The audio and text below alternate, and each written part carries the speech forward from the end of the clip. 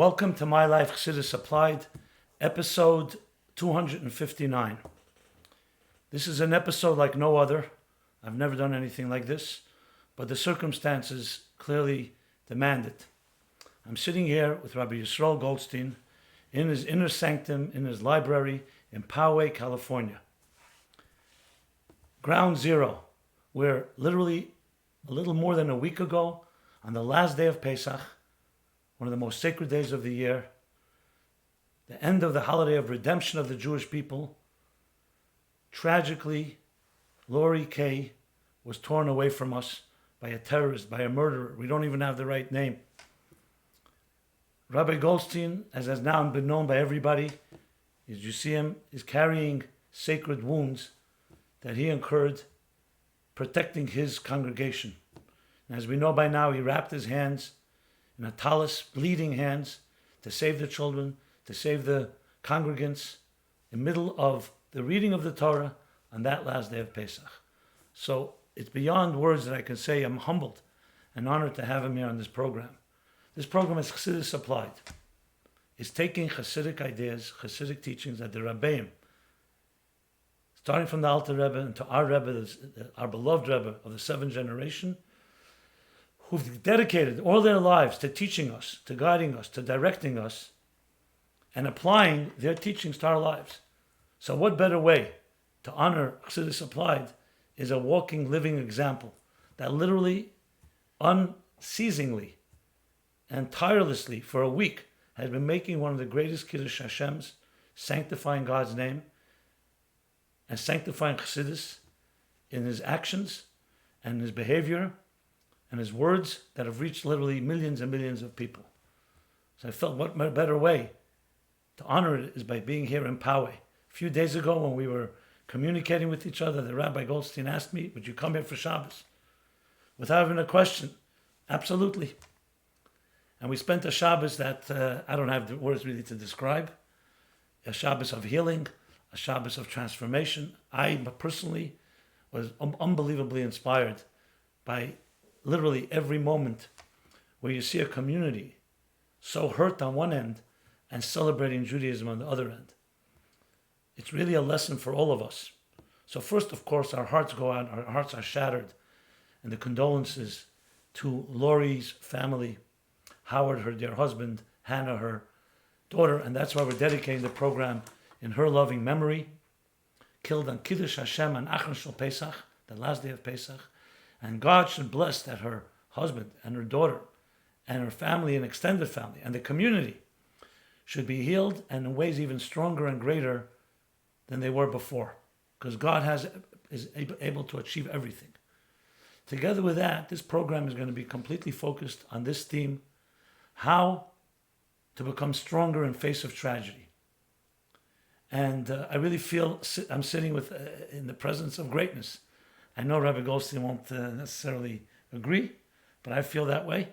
He has been chosen by God to be in this position. And we will talk about a number of issues. This will be a conversation. I just wanted to create the context. Let me just share a few words about Shabbos, and then I'll introduce Rabbi Goldstein, and he'll share a few words. And we'll talk about things, trying to probe deeper into the human spirit. What gives us strength and the ability to deal with any challenge, any setback, any tragedy, and hopefully we can all come away with greater strength than ever before. So let me just share my feelings about the Shabbos that we were here. This was the first Shabbos, literally, 7 days from when it happened.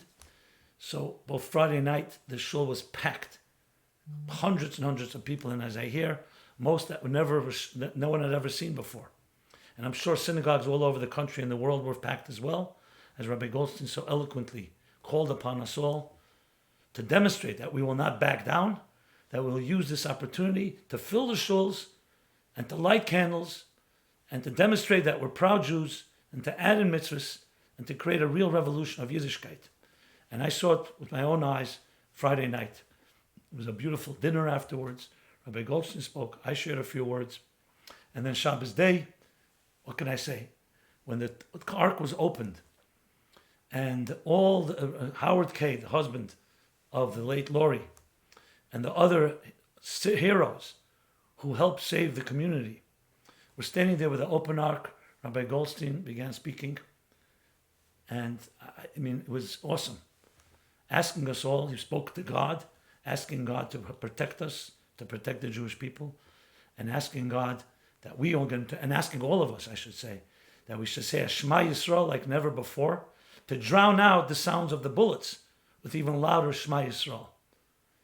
And then asking each of us to make a resolution, a real resolution in action, to do something, to increase in light, to increase in our Judaism, in our Yiddishkeit, in our humanity, in being better people. That's the only way to really transform such tragedy into the positive. I can't really describe it. It was just something that, one of those moments I will never forget. And with that, I'd like to formally introduce Rabbi Goldstein, and please share your own feelings over the Shabbos. We're literally still in the, just stood up Shiva this morning with Howard. And I really feel honored to be here with you, and you know, the world is listening to you, and God is giving you the mouth to share the words that are giving so many people power and strength. So tell us a little about Shabbos, your own feelings. Yishkerach Rabbi Jacobson.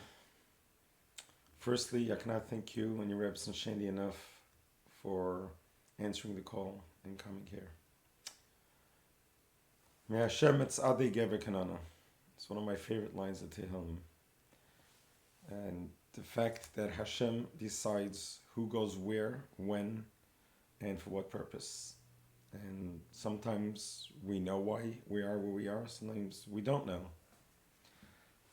But 35 years ago is when I was zeicha to begin my shlichus here. I had no idea that it's going to take 33 years of preparation for what happened last Shabbos. My 35 years of building the community, bringing in as many Yidden as possible, was in essence all a preparation for a single moment. Some people would tell me, Rabbi, I'm so sorry, you're in the wrong place at the wrong time, and that's why you got shot up. And I would turn around and say, you got it all wrong.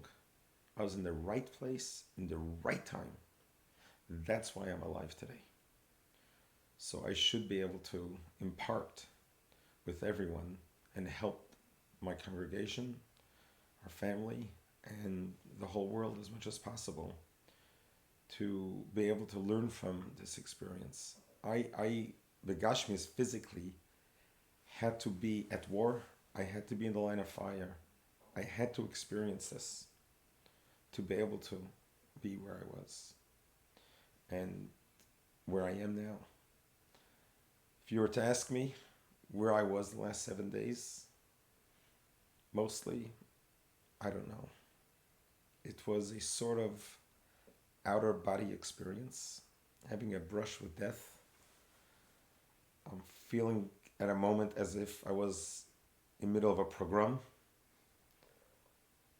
2019, there were moments I felt like it was 1943. The shouts, the scream, the panic, the horror, the death. This was a page out of the Holocaust days. It was a time warp. I'm part of a shechita, part of a massacre. And then in a split of a moment, you get transformed and you realize we're not going to let this darkness prevail. And I call it Rebbe mode. You just switch. And you have to make that choice. Are you going to flee and hide and curl in a corner and cry? Or are you going to become a Rebbe's Chassid in the overt? And it's a split-second decision. I'm facing the gun face to face. What do? Do I just hide in a corner so I don't get shot? Or do I flip around? And that switch, I didn't turn it. Some greater forces turned that switch on me. And all of a sudden, 57 years of education, of pickling in the juices of Torah and Chassidus somehow just kicked in and put me into a high gear. And things just happened in an automatic fashion, basic reflexes. And here we are. We just came from Dr. Howard K's Shiva. He finished the Shiva. and helping them rise up from Shiva, and trying to quantify their pain, their loss, and to put in perspective how Hannah's mother and Howard's wife is died al Kiddush Hashem, and what that means, the perspective of it, that from what I understand, when a person is born already, the day of death is already designed. It's already predicted. But what's not predicted is where and how the person's going to die. And that is a schus. I mean, Lori, she was going to pass away because she finished her shlichus on this world. She was 60 years old, and it was her time. She could have died with a car accident or some other tragic, some disease or whatnot. But she didn't. She died al Kiddush Hashem. And to put it in the perspective that when she was in the lobby and the gunman came in, he was looking for a victim. If Lori wasn't there at that place at that time, the lobby would have been empty. He would have gone into the sanctuary. He would have gone into the shul where we were all getting ready for Yizkor. The shechita could have been insurmountable. But Lori was there, and she absorbed those bullets. And there was, I would say, a split moment of darkness when those bullets shot out that lasted seconds. Immediately, the miracle started to flow. The miracle started to happen. Just the fact that I got away with losing a finger and injuring the other finger and the rest of my body, it remained whole. Yeah, that itself is a miracle of insurmountable measures. The fact that people are able to escape, the details is so impacted with miracles that it really was a Zahayim Asa Hashem Negilah v'Nesach. This was a day that Hashem really showed us, revealed His kindness and goodness to us. We're still trying to figure out the paradox. How do you celebrate so many miracles and yet we lost Lori and the family lost Lori? And we'll work through that somehow. Look, I spent with you on the sacred ground where Jewish blood was shed, the Shabbos. It's like I myself can't even put it into words. What any reaction to the Shabbos, or you're still too much in the moment to even be able to comment? And I'm respectfully asking because anything you can say could perhaps give us all some strength. The Shabbos. The Shabbos was, once again, a defining moment. Okay, I'm the shliach, I'm the rabbi. I have all the rights to walk into shul as an excruciating pain, and I could have my tears flowing and lament and look for mercy and compassion. I had all the rights to do that. And then I thought of the Rebbe, how he would walk into 770, right after the 6-Day War, the Yom Kippur War, all the other tragedies that we endured. The Rebbe would walk in with such stolz and stand tall. And as a chassid, you say to yourself, what would the Rebbe want me to do this moment? And I walked into shul with that energy, with that attitude that I don't care what injuries I got. Let's infuse, let's wake up the crowd, let's help them heal. Let the healing begin. And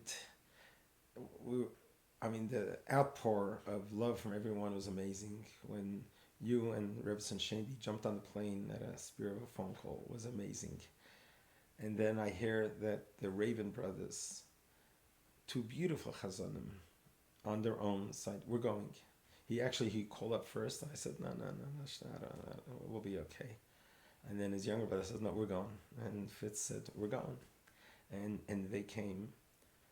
The Lechadedi was cheerful and nice. But after Ba'i V'Shalom, we all turned around. And kind of turning around and looking at the Shekhinah, welcoming Shabbos Malkasa. The Olam started to feel the Simcha beginning. That was kind of the turning point. And we started to sing some songs, and then one song led to another, and it felt like Simchas Torah again. There were circles of dancing, all the women dancing on the Mechitza side, and the men had 5 different circles going on. And there were strangers who I've never seen. I'd say the majority of the people, 60% of the people I never knew, they were there, and they got into the spirit. They got into the moment. It felt like Rosh Hashanah, Yom Kippur, and Simchas Torah all rolled into one. All rolled into one. And I looked at the faces of people dancing with tears, and the hugs and everything, and it was indescribable, emotionally, and you started to feel the healing is beginning. But Shabbos Barafua, and we didn't want to just translate for the audience that may not know. Yeah. When Shabbat comes, it brings the healing. It brings the healing, and we felt the spirit of Shabbos really, really moved us, and that was kind of a beginning of where. Some of your family came from Australia, from other parts of the world, other parts of the country. It was really something. Yeah, since you mentioned it, if I may, I'm receiving a lot of questions myself. People watching what you're going through. And of course, I always get questions about how you deal with challenges. So I'll just read one question that someone wrote. Rabbi Goldstein, after your harrowing experience, staring death in the eyes, where do you find the formidable energy and courage to be such a powerful and tireless advocate of spreading light and goodness? Can you put it into words? No. No. It's inexplainable. I can't explain it myself. If you ask me to analyze it and to say, where's it coming from? There's so many people out there who have lost families, talk about the Holocaust, and you don't always see that. So, when you see it, not that you should be a specimen, but it becomes an unbelievable lesson. You look around the world today, America, there's so much selfishness and so much self-absorption with foolishness. And here you see literally death in your eyes, and you rise to the occasion, the best of a human being, the best of someone created in the divine image. If we could bottle this into a formula, this would be, it's life-changing. That's why I'm asking, and I hope you don't mind me pushing you. Not at all, because I'm trying to process it myself. I'm trying to understand it myself. Why didn't I fall apart? Why didn't I become frighteningly scared and paralyzed by this? But you're standing at the White House lawn, and millions of people are watching you. You open your mouth, and I'm saying this not to flatter you, and you say every word is gems about how we should look at this, thanking God for gratitude, thanking your dear Rebbe for teaching you how to deal with darkness and light, and composure. I mean, it was like I know it wasn't scripted, so it was coming from the deepest guts of you. I mean, you did mention earlier growing up around the Rebbe. Maybe you should describe, if you can, what that meant. What did the Rebbe mean to you, and how did it, we all have teachers and mentors and rabbis. I mean, I know what you're talking about because I grew up in the same environment, but it would be good to articulate. At times, we have to, foundations of buildings are invisible. You only see the structure. But then at times you want to know what's going on, what's in the foundation, the roots of the tree. Maybe just describe something you could share. You're a young man. I remember you when you were much younger, and we were all much younger, absorbing, being shaped in those impressionable years by the force that the Rebbe, a Moshe Rabbeinu, a leader of that stature. Maybe just describe a bit, because there's no question, as you said, you went into that gear, into that mode. How would you put that into words? I mean, you're here in Poway for 33 years, 35 years, because of this man called the Lubavitcher Rebbe. So clearly he changed your life. You didn't go into business. You didn't go make yourself a comfortable life. You dedicated your life in this community to build it.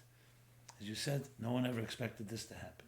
So clearly this is what runs in your blood is that which you were shaped by. So maybe you can just put it in your own words. I think people would really be inspired. You said, dear Rebbe, my beloved Rebbe on the White House lawn.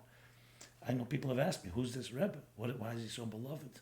Who's this man that's not even here physically that's giving Rabbi Goldstein such power to be able to rise to the occasion? Well, I come from a family of K'nai Nahara 10. My oldest brother, Rabbi Arla, has been running a Chabad house in Ann Arbor, Michigan for 40 plus years. Ann Arbor, Michigan. So he's number one. Now I'm always down number 8 on the bottom of the line. So when you come from a large family like that, you get to pick and choose who's going to be your mentor, who are you going to learn from, who are you going to connect with. And my brother of Arla and I has always had this special connection. And he grew up with the Rebbe since the 50s. So he had a lot longer time than I had with the Rebbe. I was born in 61. And until I became a young man to start to appreciate what the Rebbe is, so it was already in the mid-60s. So having grown up in a home, my father, known as Uncle Yossi, was an amazing makusha to the Rebbe. Makusha means connected and attached and devoted. And more than that, yeah. So the home that I grew up in, the focal point was the Rebbe, and the nerve center was 770. That's where our life was all about. I remember as a kid... 770 is Chabad World Headquarters. Sorry. In Crown Heights, USA. No, I'm just translating for the... Correct. So as a kid, the Rebbe would have talks on Saturday afternoons. And I would join. I'd be 7, 8 years old. At that time, I didn't understand a word of Yiddish. But I was mesmerized to stand and watch the Rebbe talk and everyone listening so closely. And the songs that were sang was always so inspiring. And I used to take a little cup of wine and I used to hold it and wait to make eye contact with the Rebbe. And you would have that eye contact with the Rebbe. And that all of a sudden developed an enduring love to see, because when we looked in the eyes of a tzaddik and he looked at you, had that split-second eye contact, and he picked you out from everyone. A relationship begins. I remember we used to have a contest when we were kids. Who's going to get up early enough to run to 770 headquarters to hold the door open for the Rebbe, so he shouldn't have to open the door by himself. And I used to get up extra early and wait. What was special was that when the Rebbe walked up the steps, he would look at me and nod his head, say Good Shabbos. And you had your moment with the Rebbe. And these were all the building blocks of developing a connection. And as I got older and I was able to learn Yiddish, because my parents are both American, Yiddish wasn't their first language. But after going to yeshiva and listening to farings, you start to be able to understand more. And little did I know that all those experiences was all a preparation. I remember once when I was probably 5th grade, it was one of those epiphany moments that, I want to join the Rebbe's army. I want to be one of the Rebbe's foot soldiers. And the concept 5th grade? I think it was 5th grade, because I got in trouble. Because we were studying Talmud, and I was designing what my Chabad house would look like one day instead of learning.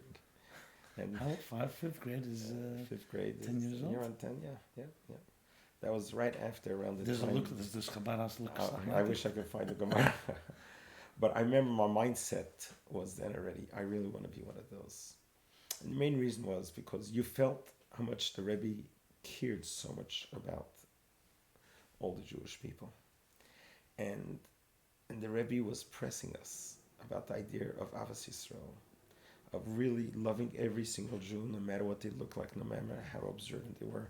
And those days, a lot of hippies would come to 770. And it looked very strange to us when you grow up in an insular community.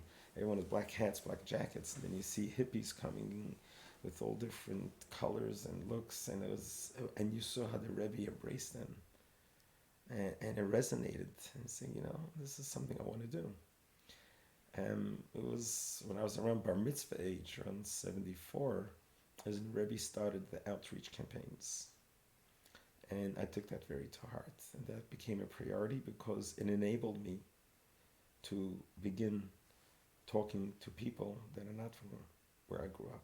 People who did not grow up religious at all. I'm 13 years old. I would go to Manhattan and start asking people, excuse me, are you Jewish? And then I would get full gamut of responses. What's it, your business? I wish I was. Sure I am. And you start to develop a taste for what it means to It's interesting you say 1974. It was right the Yom Kippur War. If you remember, in 73, there was that tragic attack, terrorist attack on Ma'alot in northern Israel, where children, a school, unfortunately, like almost a prelude to what we have seen. And the Rebbe turned that into one of the great campaigns of putting mezuzah on every door, which is a source of protection. So just when you mentioned 74, and in 2019, it's like... It's incredible you bring that up. That was an impetus. I'm going to say a name. Tell me if you remember it. Jay Brzezinski. Yeah, Okay. Of course. He was the Secretary of State or They played a recording of the attack. And I remember the soldiers saying, Hine le'yonav le'yishon shom Yisrael, and you hear the bullet sounds as the counterattack was occurring. I remember listening to that whole Who was Jay radio. Brzezinski? He was a reporter. Oh, so I'm confused. I'm sorry. I apologize. If I may confuse it also. No. I think you're right. You're right. But it's one of those memories that So gets you have the sealed in you. bullets and you have the... And it had left such an impression on me. I mean, I was sobbing from it, because you had the live feed as the Israelis were overcoming the Palestinians in Machshemam, and it was kids, and it was very riveting. It was certain events in life you don't forget. Right. That one I remember.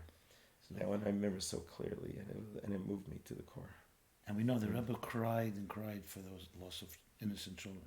But he didn't let, as you said, the tears to become the end of the story. The tears have to feed. And he created a major campaign that till this day, millions of doors have a mezuzah. Yeah. And then the same thing after the Yom Kippur War, the campaigns that you described. So literally your formative years was the early 70s, mid-70s, when the Rebbe was beginning to launch these campaigns that would reach millions and millions of people. Okay, it's all unconscious, but it's clearly... I remember with Ma'alot, correct me if I'm wrong, that when after the event they went to check the mezuzahs on the doors, and those who unfortunately got hurt and killed, their mezuzahs were not kosher. I remember something I will mention, because I think many people may not be aware. The Rebbe made it clear. He compared it actually to a helmet. Yeah. In other words, it's not a magic pill. God protects us. And when you bring God's blessings into your life, it's a source of protection. But it's like a helmet. It's not it minimizes the risk and maximizes the protection. I want to ask you something, since the audience is very diverse. And I don't mean to be skeptical, but I want to use the skeptical. Now, you're here 33 years, and you talk about the Rebbe, and I fully appreciate and understand. What happens if someone, like a skeptic, says, who's this Rebbe? This it sounds a little like cult worship. Have you ever had to deal with that, and or just your love of the Rebbe was so visceral that people just contagious picked it up? Did you ever have to deal with explaining it? Maybe the early years, but people got to learn that the Rebbe to me was like a father figure. Yeah. It wasn't like a guru or leader. Yeah. It was a father. The relationship was like a son to a father. I would write to him like I would write to my father who was overseas. You would write whenever he had questions or any issues. I mean, and he would. I was 14 years old, and this is how life sometimes. No, it's beautiful. That's beautiful. It's full of. Because when you said in that talk, my beloved Rebbe, my dear Rebbe, it was clear. It was that love. But people don't know, who is this man? I'd love to have met him. I wish I had a father like that. You see the images of you, literally your hands and your arms at the Rebbe's Ohel. Just last week when you came from the White House, you went to the Rebbe's gravesite.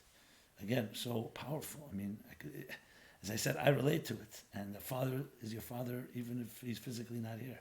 The love is there. I think it's it would be a great, how do we introduce this Rebbe to people so they can also gain strength like you have? That would be Well, to me, I think, or I know, the Rebbe God gave our generation a leader because we needed it. In 1950, we were just rising from the ashes of the Holocaust. The world was distraught.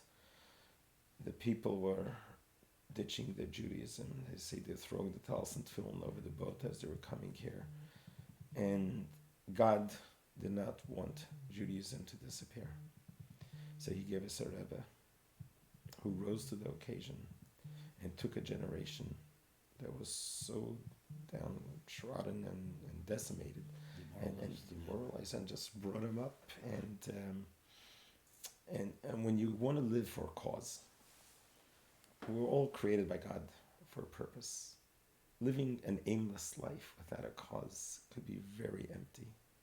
When you live for a cause and a purpose that's to do good, to help others, you really have every day a fulfilled day. And to me, the Rebbe lived by example. He worked for those 45 years from the same place, never went on a vacation. He showed up early in the morning, left late at night, or stayed up all night. And the Rebbe's individual care to every single individual is exemplary. There's no other human being that did that exhibited such love and care and concern about everyone throughout the whole world. So when you have someone who lives like that, everyone needs someone to emulate, someone that could be your guiding light. And that's what the Rebbe is to us. And you get it from his teachings. When I study and review the notes of his farbrengens, of his gatherings, which you had the honor to be the Rebbe's personal scribe. So all of your work is being studied by thousands and thousands of followers throughout the world. You get to embody what his message was, and you resonate with it because you know him and you feel it. So when you read something and you say, gosh, how do I apply it in real life? It shouldn't just remain an academic, but bring it to real life. So what you're saying really, if I can perhaps embellish a bit, because I think about it myself a lot. As good as an idea is in a book, even in the Torah itself, and inspiring and powerful and godly, but when you see it embodied and personified in a human being, the Rebbe, as was Moses, and perhaps that's why God sent to Moses. Why didn't he just give them the book? Because a book is a book, and a human being is a human being. And you see it live, you see it breathing, you see it pulsating. Is that a good way to describe it? Like a walking Torah, not just a living Torah, not just a written Torah. The Rebbe would always say, the way I understood it is not to leave the words on the paper, but to put into action. Right. To take it from the academics into real life and to apply it. Applied Chassidus. Yeah. Put it into action. What you learn and you study, actually do it. Yeah, so I'm going to I have a few more questions I want to ask, if I may. We're living, everything's divine providence. So we're now in a time coming literally from Pesach, one of the holiest holidays. Liberation, miracles. This happens the last day of Pesach. Right afterwards, Shabbos, we're reading about sanctification. The children of Aaron, the death. After their death, how they sanctify as they got closer. This coming week, this week we just began, Kiddush Hashem. You shall be sacred because God is sacred. You can't ignore the connections. Literally playing itself out here in Poway. Today is Rosh Chodesh Iyar. Literally, the new moon. A new moon is a rebirth after a dying moon, so to speak. The moon goes extinct. It's Rosh Chodesh Iyar. Ani Hashem Rofecha. Iyar is an acronym in Hebrew for the three words Ani Hashem Rofecha. Aleph Yud Resh. So I, God, am your healer. It's tomorrow, after Rosh Chodesh will be the second of Iyar, which in Chabad is the Rebbe Marash's Stalkus, Lechatchila ariber. I'm just, the convergence of all these days. I was just wondering how you would, every one of them is a story of their own. But I always try to connect the Rebbe told us, live with the times. The Alter Rebbe said, live with the times, which is not the New York Times, as we know. It's with the times, what we read in the Torah. And Torah gives us power, and the Rebbe Chassidus and the Rebbe interpreting the Torah. Any thoughts maybe on the Chatchila ariber? Because I see it playing itself out here. It's not just words again. You just gave me the words to explain what happened to me when I saw the shura. What was that? That is exactly the words. I went to Lechatchila ariber. I could have gone down Arunta. I could have gone down and under. And that's the message of Lechatchila ariber. Is the translation is that sometimes when you got an obstacle in front of you, you have a choice. First, you consider maybe I go around, maybe I could go under the obstacle, maybe I can negotiate with the obstacle. Or, as the Chabad Rebbe Marash would say, you just jump over.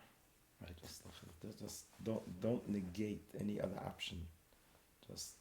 So if you had to speak now for a group of people who have suffered a tragedy, I mean you have, this is your own community, but let's say elsewhere, and they say to you, where do you muster strength when all seems lost? When unspeakable loss and so on.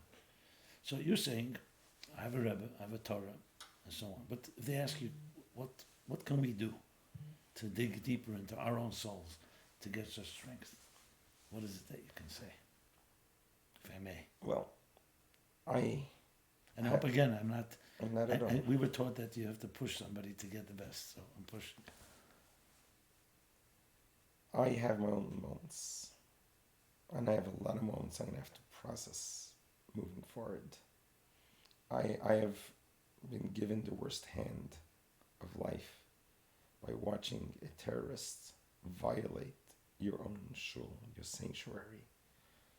This evil force entered our Kiddush Hashem, our holy temple.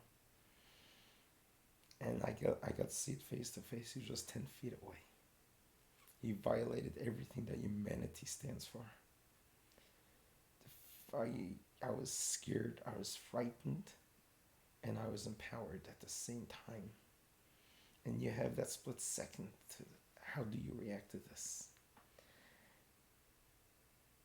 And what's interesting was, and I think you pointed it out to me, after a whole week of interviews and grilling anchors and trying to entrap you all different questions, and I didn't even realize it myself, there wasn't one moment that I expressed anger, revenge, or blame, or any of that.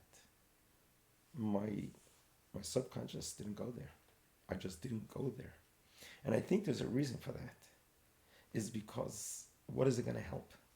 How is it going to help by going there? And if I go there, how am I going to get out of there? So don't go there. It's not going to change the facts on the ground. The facts on the ground right now is I got a congregation that's hurting. I got a community that's devastated. I got a world that's in shock. How the ugly head of anti-Semitism has shown itself once again in the overt. And one shul gets attacked, all shuls get attacked. That is the mode that we need to be in. Look, you've been trained to be a selfless soldier. So I guess really what I'm saying is, can a selfless soldier teach a selfish world how to be selfless? Because once the tragedy strikes, it's very difficult. Like they say, the trees that withstand the storm are strong before the storm.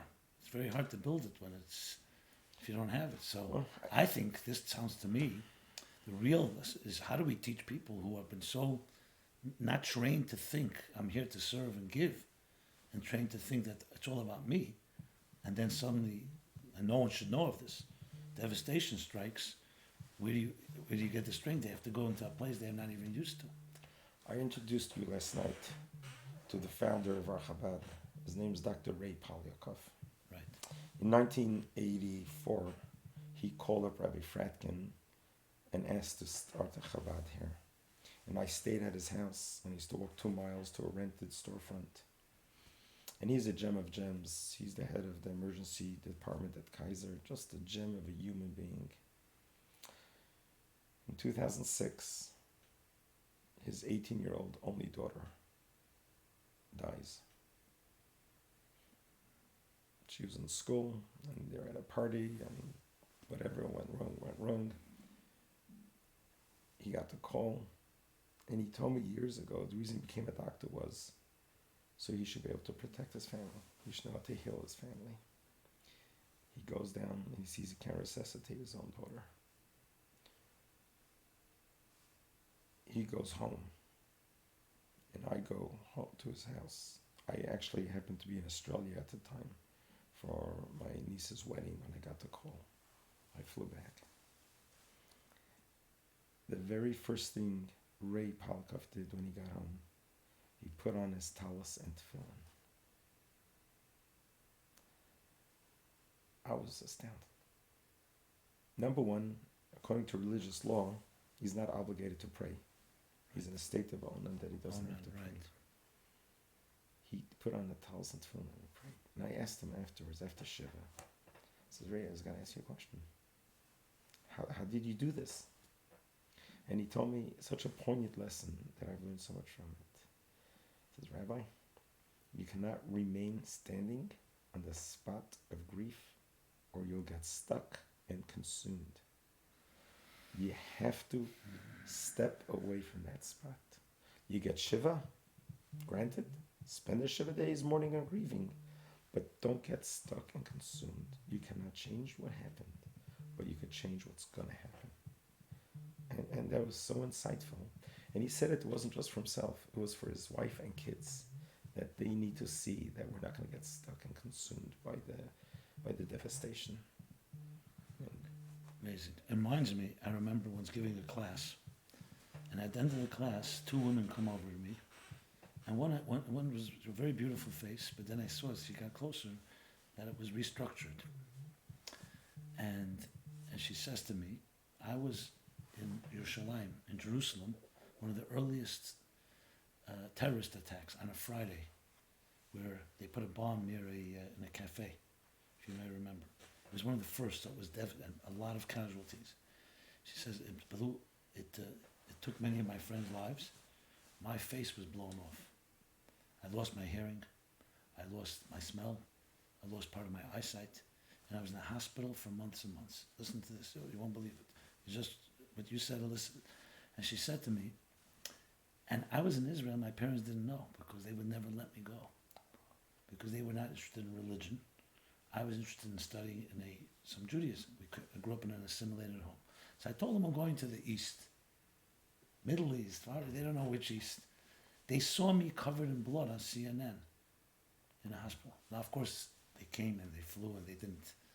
She said, what? I was in the hospital in pain. I lost my face. I lost everything. I said to God, why don't you take my life? Why would you leave me a wretched skeleton?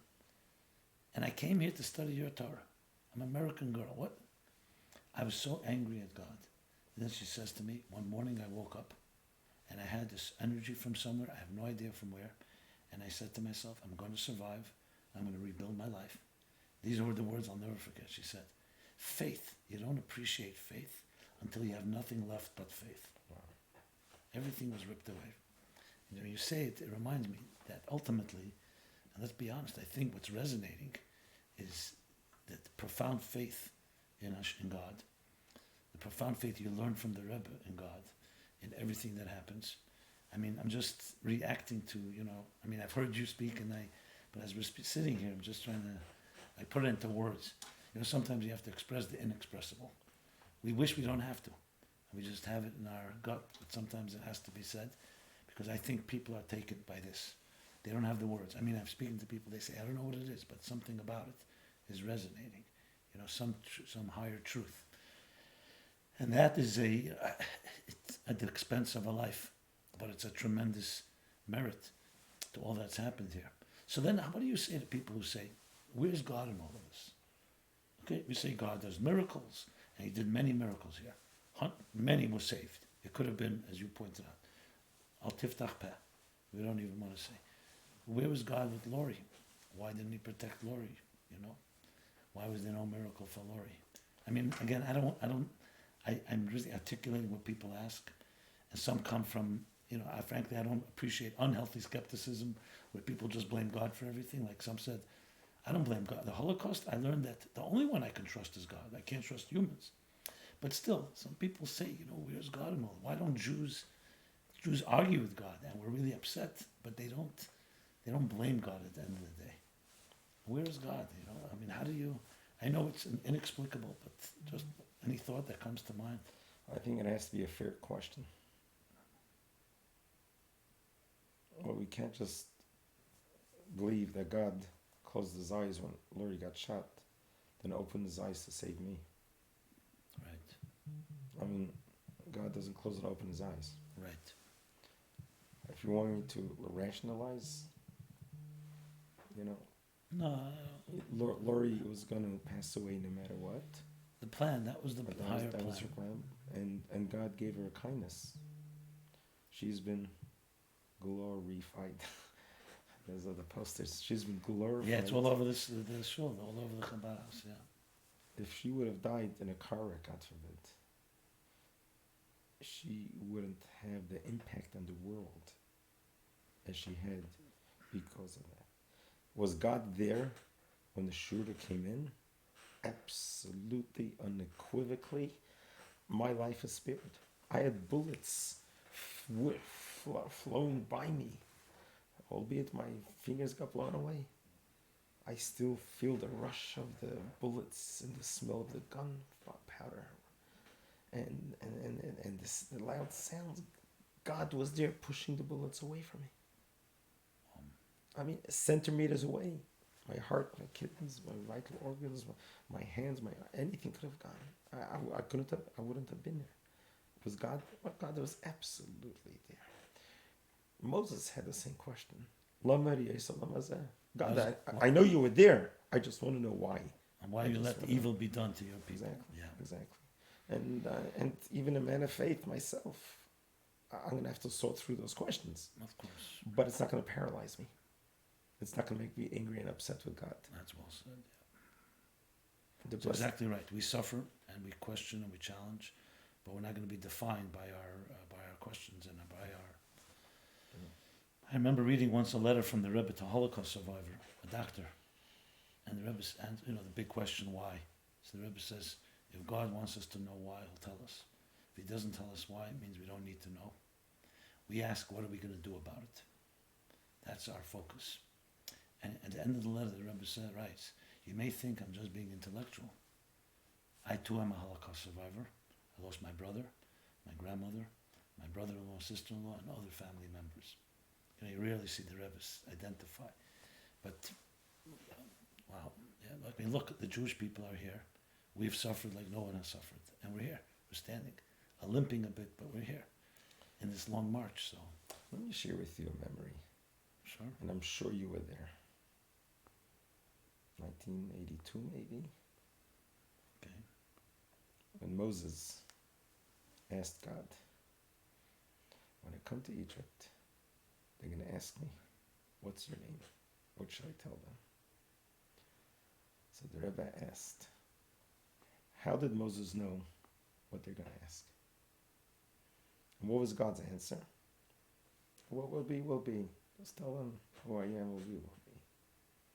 And the Rebbe says, how does that an answer? Moses is coming to Egypt. He's going to face the people. They're going to ask him, what's your name? Who's God? And I'll be. And we're suffering. Where's God, right? So I don't know if you remember that one. I remember it because the Rebbe started to cry and sob. It says Moses was concerned he's going to come to Egypt. And he's going to ask, they're going to ask, God, you tell me there's a God there? What kind of God could sit in heaven and watch Pharaoh swimming in the blood of children that was slaughtered? What kind of God could watch from heaven all the terrible things that happen in this world? What kind of God has a name who could watch our slavery, our torture, our pain? And as the Rebbe is saying it, he's just sobbing and sobbing and sobbing. And he answered, you know what you tell them? It's a God who's going to suffer with you. It's a God who feels your pain. It's a God that's not disconnected from us. He's with us. He sees it. It pains him as it pains us. And he is going to pull us out of that agony and pain as well. It doesn't answer the question why, but it answers to know that we're not alone. That there's a God in heaven who's holding our hand through these most difficult times. We're not alone, yeah. Alone. The worst thing is loneliness. When Jeremiah bemoans and laments in Lamentations, in Echa, the destruction of the temple, he begins not with the destruction, not with the deaths, with loneliness. Echa Yoshva Badad. How sad is it that she sits alone? Because when you're not alone, you can deal with, you can endure anything. When you feel alone, which is what pain does, Like no one can understand me, no one's there, no one can feel my pain. That is far worse than the pain itself. If someone holds your hand, I don't know who it was, there was a Rebbe that once said, I don't think a Chabad Rebbe, to someone who suffered a tragedy, he said, I don't have answers for you, but I can cry with you. I have no question. The talks that, the 1982, I think I vaguely remember, because I remember the Eya, but I remember Tu B'Shvat, the 15th of Shvat, Tov Shalom Ates, which is also a recording. I think that was a Shabbos that you're describing. Yeah, correct. Shmois, maybe. Yeah, that's correct. Maybe Yes. There was 15th of Shvat, 79, and Hishayna Rabbah, 83, Tov Shemem Dalet. These are the Rebbe crying, like why God is concealing himself. What do you want from these people? You know, you concealed yourself so well, we can't find you anymore. And the children are looking for God. There's Sunday and Monday and Tuesday. I mean, heart-wrenching. And when you were speaking to God at the opening of the urn, it reminded me, you know, and this is a Rebbe, like, you know, a Rebbe who's connected.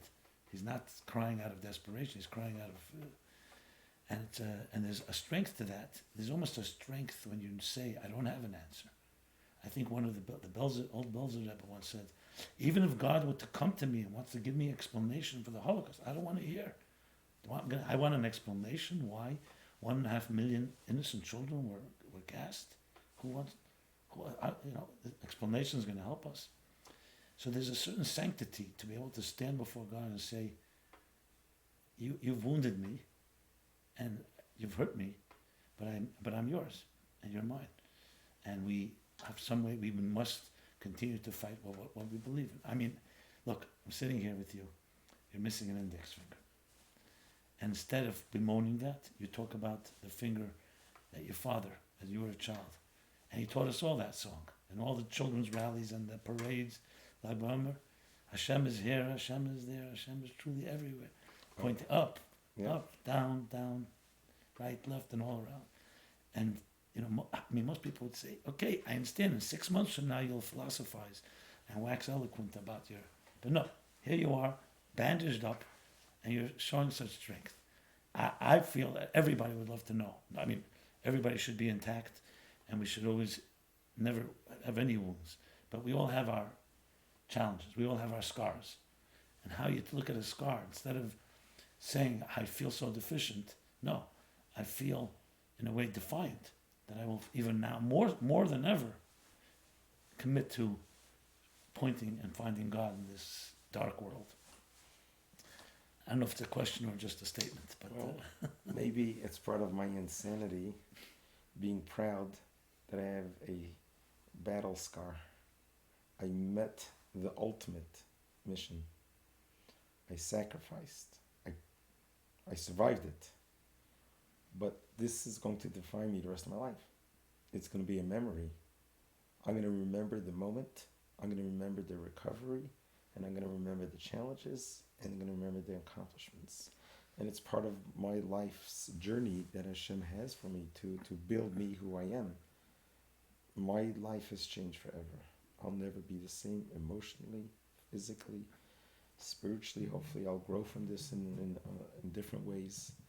But what's the alternative? Yeah, there is no alternative. Exactly. That's for sure. That's for sure. But this is something we have to teach people. You know, tragically, I had to deal a few weeks ago before Passover with a young man's family the young man took his life. He came to a point where he felt there is no other option. And I say to myself, so how do we teach our young men and women? There is another option. There's no such thing as a finality. There's no such thing as surrender or resignation. We have always figured out. And there's young people today that are they're depressed and so despair. They feel there's no light at the end of the tunnel. And even if there is a light, they'll say it's the light of the oncoming train. You know. So to me, words that you can say, you can literally prevent people who give up. And unfortunately, the people right now, as we speak, I hope they're listening. If not, we'll get it to them.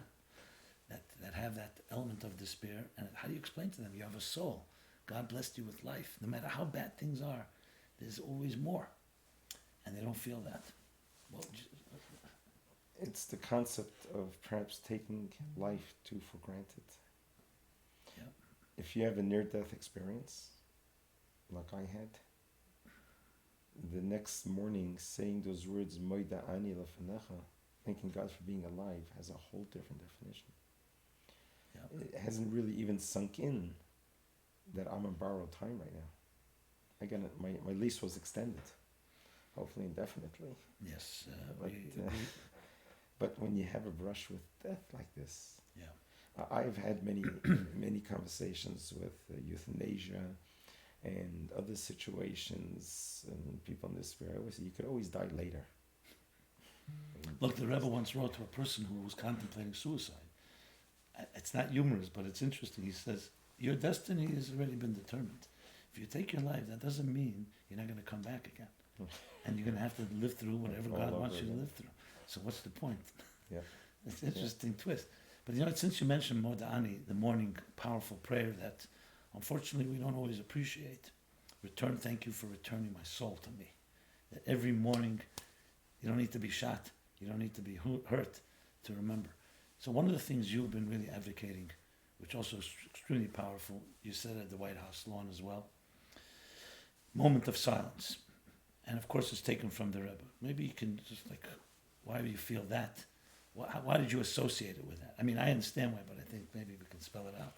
Well, growing up in Crown Heights, in Brooklyn yeshiva world, you really are insulated from the outside political scene. Right. So I really didn't know much about politics, about Washington. But as I started to emerge, Ronald Reagan was one of the presidents that I started to read. 1980, 1980, yeah. So here I'm starting to follow and see what's going on in the White House. I was 20 years old in about 2021. And then he got shot. Right, in 81, yeah. It was my JFK shot moment with Ronald Reagan. You remember where you were when you heard it. Right. And then I was following, the Rebbe and Ronald Reagan had a interesting relationship.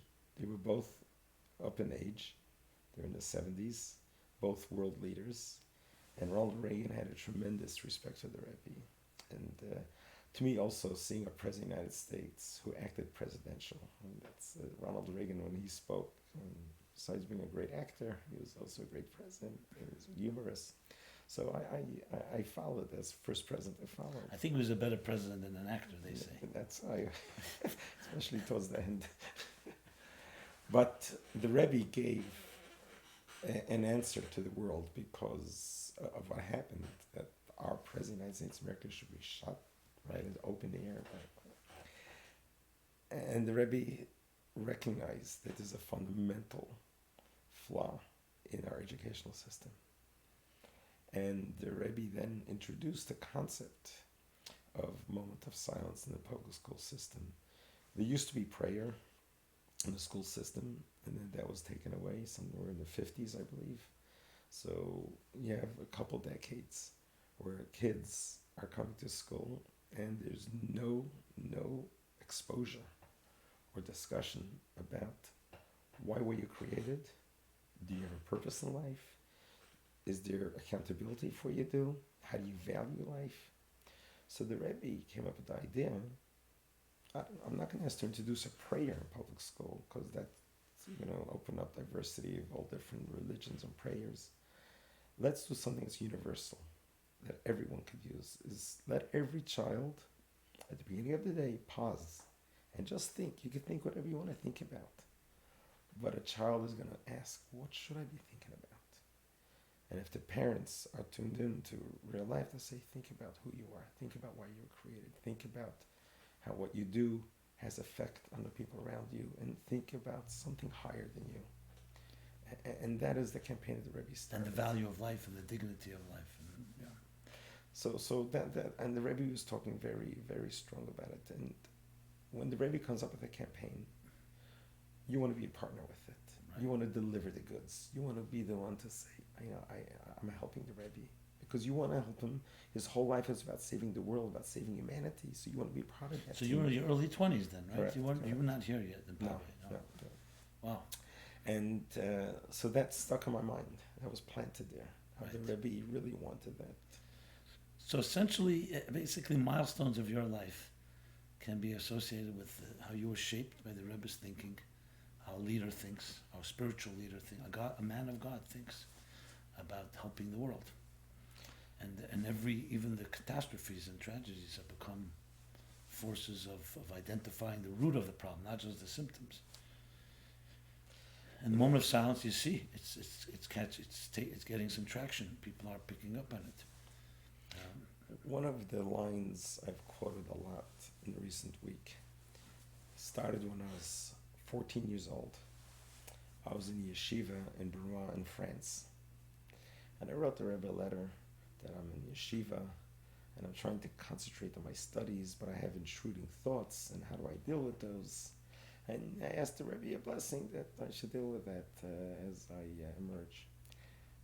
And one day the head of the yeshiva calls me and he says, I want you to immerse yourself in a mikveh. I want you to purify yourself. In the ritual waters of the middle of the day. And I said, what's going on? I don't know what he had in mind.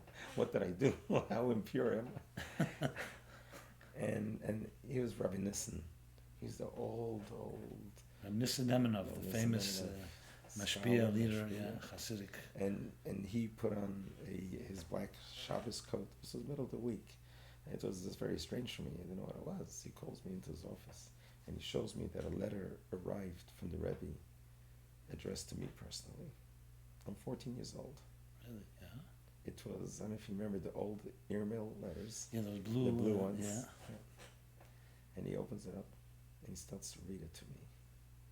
And the Rebbe addresses my name, Avrech Yisrael. Says, in answer what you're writing about your intruding thoughts, I want you to know that the best advice is that you should fill up your mind with words of Torah, study things by heart. Right. And he uses a quote, if a little bit of light pushes away a lot of darkness, so much more a lot of light. Oh, so that was... I was 14 years old. The Rebbe engraved in my brain a motto how I should live my life with. And Rabbi Nissen says, okay, in 2 weeks from now, I want you to study by heart this discourse. You will start to fill up the database. Okay. And one mimer after the next one. And going full circle. Right. These are the words on the White House lawn. When I was 14 years old, the Rebbe had a foresight that one day this guy is going to use those words. Amazing, because it wasn't just the microcosm, you individually, but it will be your whole life and a message to others. Look, I wish we could spend hours and hours. It's just scratching the surface. I want to just touch upon maybe another question or two, and then, as they say with Simchas Torah, Ad Kan HaKofa, we'll take a break. And I want to give you the ability to rest. I really appreciate not just for me, benefit of literally thousands of people. I mean, some things you said here I think are, mind-blowing. You need to absorb. I know it's coming from your gut. You're still out of body, probably. I think I'm in body somewhat, maybe not. So I was going to say, we're now literally concluding the month of Nisan, the month of Geula, redemption, month of Nisan means miracles, double miracles, Nisan. How would you categorize, what lesson from this horrific event do we have? The last day of Pesach teaches us as we conclude this and go into the month of healing. I mean, you said a lot. I'm just putting it in the context of the calendar, Well, the Rebbe, I remember used to always quote, the name Nisan has a nun in the beginning. We just talked about Nisan, right, okay. Nisan we talked about Nisan, maybe that's why yeah. And two Nisans. Right. One is miracles that happened in those days, right, and miracles that are happening now. Yeah.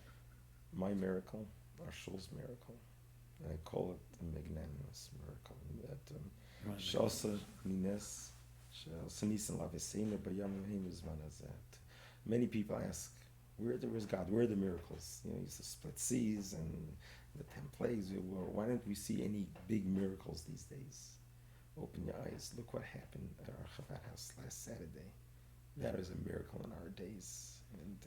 And it's a miracle that leads into healing, the month of Iyar. So that works well. So he gives us the miracle and helps us heal ourselves from the loss of glory. 28 years ago, And also this period of time, on Friday, was the 28th of Nisan.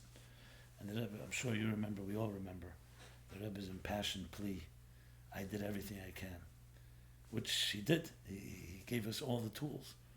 And whatever reason, we need to do something. So I'm just thinking the whole context of it. I mean, at the end of the day, Mashiach is the world of goodness and kindness.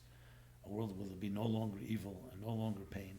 What we read in the Haftorah of that day of Pesach, the Haftorah you never ended up reading. Or maybe you did, I don't know. I didn't? No. Yeah, but was what it say, Lo yareyu v'lo yashchisu, there'll be no more evil, no more destruction on my holy mountain in the world, because it'll be a world filled with divine knowledge as the waters cover the sea.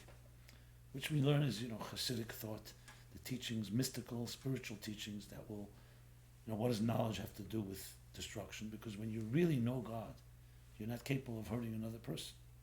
It's not just scientific knowledge, it's not abstract, it's not detached. So, I think on a concluding note, what could each one of us do in spirit of what this wake-up call that each of us can do, not just being better people, but also really finishing this job that we were given. The Rebbe gave us a mandate, and it hasn't been done. I always feel like we haven't finished our homework. We didn't do what we had to do. Obviously, we want God to have mercy and just take us out of this exile and bring Mashiach and everything, but you see, it's still not there. What can each one of us do? I mean, you have a tremendous credibility to be able to, and I ask that question also for me, for all of us, a type of takeaway message what each person can actually do to obviously eradicate and eliminate the possibility of such evil, but also to usher in a time where it will be a whole different world, another reality, which we believe we were on the threshold of. Well, I look at the finger that's missing. I think it's a finger that's going to talk to me for the rest of my life. And it's going to be a symbol to me. Number one, how vulnerable we really are. And number two, how heroic we can be, we need to be. I think we have a pocket of opportunity right now. The whole world knows about the synagogue attack, the Shabbat at Poway. The whole world, the Jewish world and the non-Jewish world, they know about this. I think it's a great opportunity for us to show the world, the Jewish world and the non-Jewish world, that Judaism is not about the attack. It's about the recovery. It's about what can we do to realize, to be a light unto the nations. Doesn't mean to cower down, but to strengthen up. That if we have a chance to go out to talk to a fellow colleague in the workplace who may not even be Jewish, say, and have a discussion, open a dialogue, talk about God, talk about, wow, look what happened, look at the miracles that happened in that synagogue, talk about the 7 no-ite laws, talk about the moment of silence, just create a dialogue, create a love atmosphere in the world. And every connection one makes with one person, it could have a ripple effect. I'm trying to introduce higher level of morals, accountability, and responsibility. L'shevas yitzara. The whole world was created. We should live in harmony together. I think the irony that this happened on the last day of Pesach, the day we read this Haftarah about the coming of Mashiach, is an incredible awakening to us, to remind us the prize is yet to come. It's so close. But we all have to do our part. And it doesn't have to be on the White House lawn. It could be at your workplace, it could be at home, it could be in the street, in the subway. You see another person, do a nod, do a smile, good morning, good afternoon, open up a dialogue, start talking about what we can do to make this world a better place. To help you do that, you need ammunition, and that's the Torah.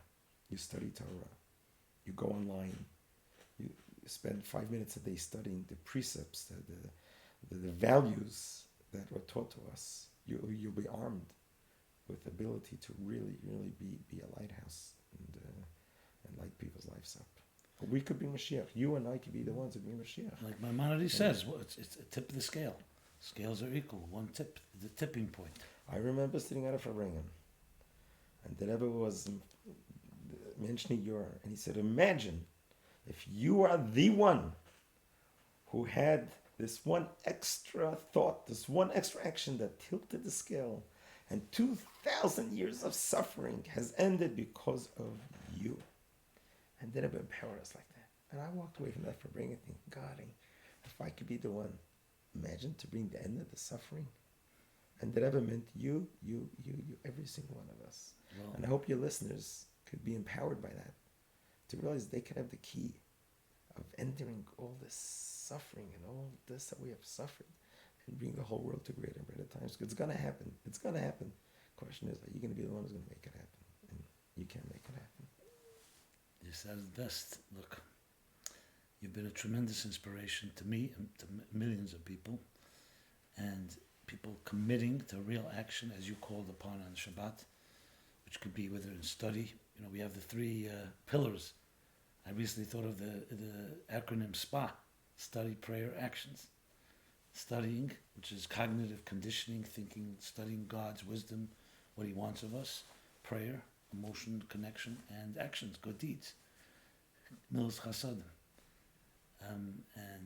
There's no question that the revolution of light will always overcome darkness. It's just a matter of doing it. You know, as you said, naturally, the Rebbe wrote to you when you were young, and you said it so beautifully. A little light dispels darkness. It's not even a battle. It's not like fire and water. It's just if there's no light, the darkness will, by default. He actually wrote that in the letter. He says, don't fight. Just dismiss it. There we go. Yeah. So what can I say? I really, really appreciate your time. From me, on behalf of everybody, you know, I give you a hug. It's beautiful. The Shabbat to be with you here, with the community. Should only have healing, and we know healing is transformation. It's not just enough to go back to square one. You have to transform. Healing means a new strength, a new power, and you'll have many more fingers, figuratively at least. And we should merit. I think you may actually merit to what you wanted to do. Be the one that tips the scale. You've definitely reached more people than anyone in recent history, and not due to you, but due to the, as you said, the position you're in, and you're living up to making us all proud. Honestly, it's to me, it's my lifetime. I have not seen such a groundswell, and I see how it's affecting people. These conversations, and it's very apolitical. It's not partisan. Everybody can embrace it. It's not the quibbling of all the pettiness. What can I say? And so you really allowed yourself to be a channel for the truth. That's how I would best put it.